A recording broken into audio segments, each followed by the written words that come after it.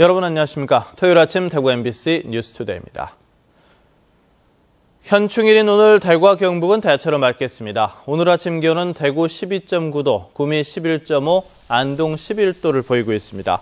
낮 최고 기온은 대구 안동이 29도, 구미 28도, 포항 23도로 어제보다 높겠습니다. 내일은 오전에 구름 많다가 오후부터 맑아지겠습니다. 내일 아침 최저 기온은 대구 17도, 낮 최고 기온은 대구가 29도까지 오르겠습니다. 메르스가 점차 확산되고 있는 가운데 관련 정보를 공유하고 함께 대책을 찾기 위해 의료계와 교육계, 보건당국이 어제 처음으로 메르스 긴급대책회의를 열었습니다. 박재영 기자가 취재했습니다. 메르스 공포가 확산되고 있는 가운데 대구 경북 지역에서 발생한 확진 환자는 아직 없습니다. 메르스 의심 환자로 분류됐던 구미 고등학생 4명도 1차 검사에서 음성 판정을 받아 한 고비를 넘겼습니다. 오늘 토요일이고 내일 토요일, 일요일 해서 기숙사를 오늘 나갈 차례인데 기숙사에 내보내지 않고. 전문가들은 환자들을 처음 접촉하는 1차 의료기관의 역할과 검역, 개인 위생 준수가 가장 중요하다고 입을 모읍니다. 이런 접촉들이 있는지를 일단 물어보고 그다음에 증상이 있는 경우에는 즉시 이 보건당국에 이야기를 해서 대응하려고 하는 이런 조치가 지금으로서는 가장 중요하고 그 외에 개인 위생도 같이. 메르스 장기화로 인한 인력과 장비, 각종 약품 부족 등은 문제로 지적됐습니다. 옛날 그 신종 독감 같은 경우에는 그냥 마스크 하나 쓰고 검사만 하면 됩니다. 그렇지만 이 지금 돌고 있는 이 질환은 완벽하게 차단을 하고 환자를 진찰해야 됩니다. 1차 의료기관에 진료 거부 우려도 나왔습니다. 사회를 통해서 회원분들이 환자를 적극적으로 진료하는 것을 하는 모습을 보여줘야지만 시민들이 안심할 수 있는 그런 상황이 된다고 생각합니다. 이 밖에 시도민들의 과도한 우려를 줄이는 한편 메르스 여파에 따른 병원 수익 감소와 관광업 위축 대책도 세워야 한다는 목소리가 나왔습니다. MBC 뉴스 박재영입니다. 지역에서 메르스 감염이 의심돼 격리됐던 25명이 건강에 이상이 없어서 격리 해제됐습니다. 경북 보건당국은 지역 병원에 격리 중이던 메르스 감염 의심자 10대 2명과 각 자가 격리 중이던 10대 1명이 2차 검사에서도 음성 판정을 받아 어젯밤 격리 해제됐다고 밝혔습니다. 이에 따라 이들과 접촉해 학교 기숙사에 격리된 21명도 격리 해제됐습니다. 한편 대구의료원에 격리됐던 메르스 의심 환자 20대 여성도 1, 2차 검사에서 모두 음성 판정을 받아 어젯밤 귀가했습니다. 이로써 대구 경북에는 메르스 확진자 2명, 감염이 의심돼 격리된 사람은 6명입니다. 제60회 현충일을 맞아서 대구 경북 지역에서도 추념식이 열립니다. 대구시는 오늘 오전 9시 57분 앞산 충원탑에서 시장과 교육감, 보훈단체 회원과 시민 등 2,000명이 참석한 가운데 묵념을 시작으로 추념식을 갖습니다. 경상북도는 메르스 여파로 행사 규모를 축소해 오전 9시 55분부터 영천시 충원탑에서 도지사와 보훈단체장 등 50명만 참석해 추념식을 열 계획입니다. 한편 오늘 오전 10시부터 1분 동안 현충일 묵념 사이렌이 울려 순국 선열에 대한 묵념이 진행됩니다. 대구 수성갑 지역은 현역 의원인 이한구 의원의 불출마 선언에다 새정치민주연합 김부겸 의원의 지역구로 내년 총선에서 대구 최대 격전지로 떠오르고 있는데요. 그런데 새누리당이 이 지역의 당협위원장을 오랫동안 공석으로 비워놔서 오해와 억측이 난무하고 있습니다. 윤태호 기자가 취재했습니다. 이한구 의원이 내년 총선 불출마 선언을 하면서 당협위원장 자리를 내놓은 지 벌써 넉 달이 지났습니다. 새누리당 대구시당은 늦어도 4월 말까지는 당협위원장을 뽑아야 한다는 입장이었지만 6월이 되도록 중앙당의 눈치를 보면서 엉거주춤하고 있습니다. 중앙당에서 이제 5월까지 공모를 해야 되겠다는 이야기는 이제 들었습니다. 그런데 조금 이제 아직 준비가 좀 덜 됐는 그런 상황입니다. 이 때문에 일찌감치 당협위원장에 출사표를 던진 후보들만 소가리를 하고 있고 낙하산 후보설까지 나오고 있습니다. 오랫동안 그 당협을 비워두게 되면은 조직도 분산이 될 수 있고 또 당내에 새로운 갈등 소지도 있을 수 있기 때문에 빠른 시간 내에 조직을 정비해서 특정 인물을 낙점한다라는 그런 오해만 불러일으키고 지금 당협위원장을 하루빨리 선정을 해야 되는데 이런 늦어지는 이유에 대해서 많은 지역 주민들이 오해와 늦어지면 늦어질수록 내년 총선에서 불리할 뿐만 아니라 후보들이 다른 지역에 출마할 기회마저 뺏을 수 있다는 불만도 나오고 있습니다. 선정도 안 되시는 분들은 또 타 지역에서도 기회를 찾아야 되기 때문에 과도하게 늦춰지는 것은 당의 중요한 자산을 잃어버리는 결과를 초래할 거라고 생각됩니다. 이달 안에 임명이 된다 하더라도 중앙당이 경선 6개월 전에, 그러니까 오는 8월 중순에는 당협위원장을 사퇴하도록 할 방침이어서 2달짜리 위원장이 무슨 소용이 있냐는 볼멘 소리도 터져나오고 있습니다.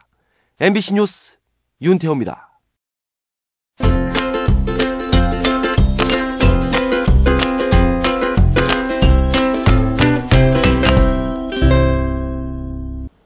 네, 대구 MBC 기획뉴스 대구 맛에 빠지다 순서입니다. 오늘은 대구 음식을 깐깐하게 점검하고 대구의 진짜 맛을 알리는 사람들을 소개합니다. 도성진 기자입니다. 대구에만 27,000여 개의 식당이 있고 한 달에 수십 개가 새로 생기고 없어질 정도로 식당은 변화와 진화를 거듭하고 있습니다. 오늘은 이 많은 식당 가운데 특색 있는 곳, 진짜 맛을 찾아다니는 사람들을 만나봤습니다. 먹음직스러운 음식을 두고 연신 카메라 셔터를 눌러대는 사람들. 다양하게 보이는 음식의 색깔만큼 나름의 기준으로 식당을 평가하는 대구 식객단입니다. 사장의 음식 철학부터 재료 수준과 서비스까지 판단 기준은 깐깐합니다.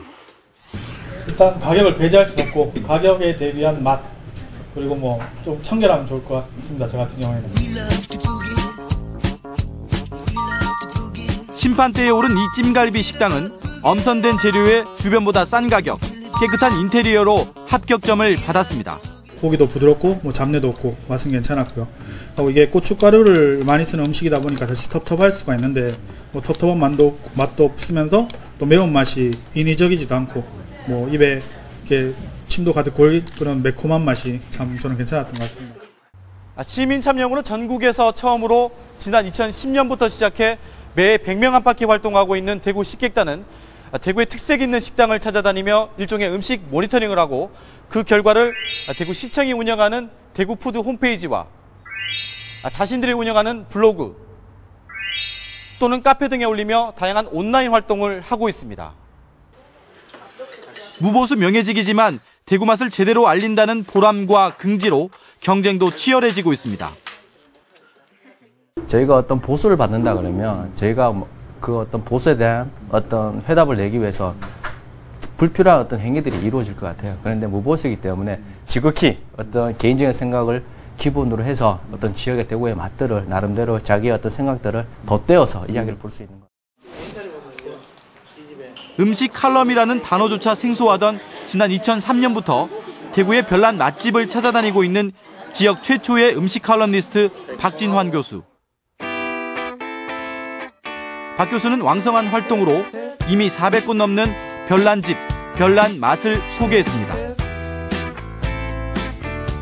마음이 선한 사람이 안 만들면 음식이 맛이 없어요. 제가 볼 때는. 그래서 평판 이미지가 제일 중요하고 두 번째는 이제 현장 방문을 하겠죠. 현장 방문해서 얼만큼 그쪽에 그 다수의 대중을 갖다가 사로잡을 수 있는 어떤 맛을 내느냐. 인공적인 맛이 아니고.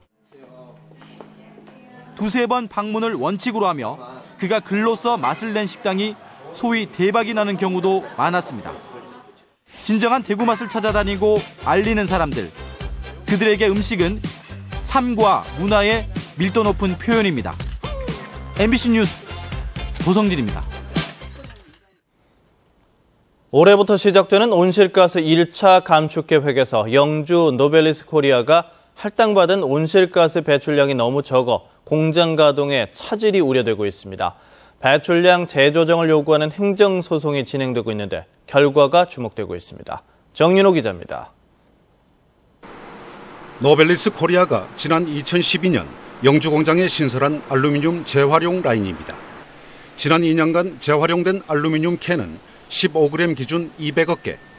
이렇게 알루미늄 캔을 재활용하면 보크사이트에서 알루미늄을 추출할 때보다 에너지와 가스를 95%나 줄일 수 있습니다. 그런데 노벨리스 코리아는 친환경 생산 라인 신설에 따른 혜택은커녕 라인 신설에 따른 추가 배출량도 할당받지 못했습니다. 노벨리스 코리아가 올해부터 3년간 배출할 수 있는 온실가스 할당량은 90만 톤, 공장을 정상 가동할 때 나오는 배출량보다 50만 톤이나 적습니다. 근데 정부 할당량은 93만 5천 톤으로 약 50만 톤가량이 부족하거든요. 3년간 35% 정도 배출량을 줄여야 하는 상황입니다. 노벨리스 코리아는 현재 진행되는 행정소송에서 할당량 조정 요구가 수용되지 않을 경우 가동률을 35% 낮추거나 50억 원을 들여 부족분 50만 톤을 채울 수 있는 탄소 배출권을 매입해야 합니다.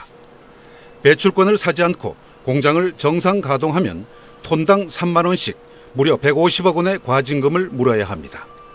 알루미늄 재활용 라인에 200명을 고용했던 노벨리스 측은 상황이 이렇게 돌아가자 고용 문제를 포함한 회사 경영 전반을 다시 검토하고 있습니다. 앞으로도 지역사회와 함께 성장하고자 하는 게 저희 의지인데요. 이런 막대한 추가 비용이랑 경쟁력 약화가 우려돼서 좀 저희는 경영에 어려움이 있을 것으로 예상합니다. 영주와 울산에 공장을 두고 대규모 투자를 이어가고 있는 다국적 기업 노벨리스가 이번 배출량 할당과 관련해 투자와 고용에 변화를 주지는 않을까 우려하는 목소리도 나오고 있습니다. 서울행정법원에서 진행되는 배출량 관련 행정소송 결과가 주목되고 있습니다. MBC 뉴스 정윤호입니다.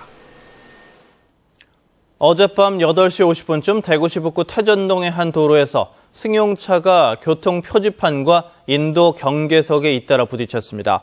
이 사고로 불이 나 차량이 모두 타고 운전자 44살 박모 씨가 전신에 2, 3도 화상을 입어 병원에서 치료를 받고 있습니다.